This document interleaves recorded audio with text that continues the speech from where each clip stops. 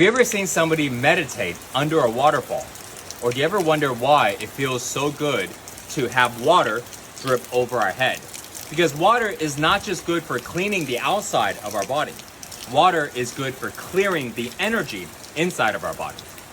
And the place that we want to clear the most is the top of our head. It's what we call the crown chakra. And now this is an energy center that's responsible for mental clarity. It's responsible for expansion of consciousness, becoming more aware, more present.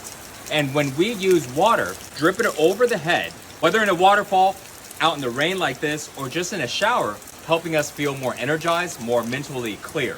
Now, water works that way throughout the entire body, especially in the energy centers, which are the ones that run up and down the spine.